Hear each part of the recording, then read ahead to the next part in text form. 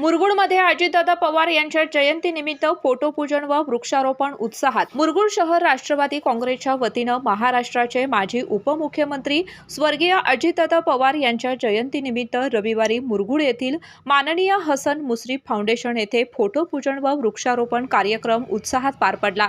कार्यक्रमाच्या प्रारंभी स्वर्गीय अजितदादा पवार यांच्या प्रतिमेचे पूजन करून त्यांना अभिवादन करण्यात आले। त्यानंतर पर्यावरण संवर्धनाचा संदेश देत मुरगुड येथील दत्त मंदिर परिसर व महावितरण कार्यालयाजवळ विविध वृक्षांची लागवड करण्यात आली। या उपक्रमानिमित्त 500 झाडे लावण्याचा संकल्प करण्यात आला। उपस्थितांनी झाडांचे संवर्धन करण्याचा निर्धार व्यक्त करत पर्यावरण संरक्षणाचा संदेश दिला।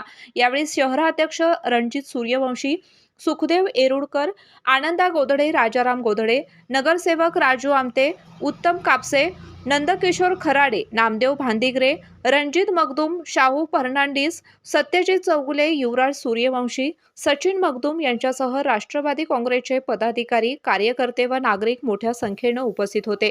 कार्यक्रम यशस्वी करण्यासाठी मुरगुड शहर राष्ट्रवादी काँग्रेसच्या पदाधिकारी व कार्यकर्त्यांनी विशेष परिश्रम घेतले।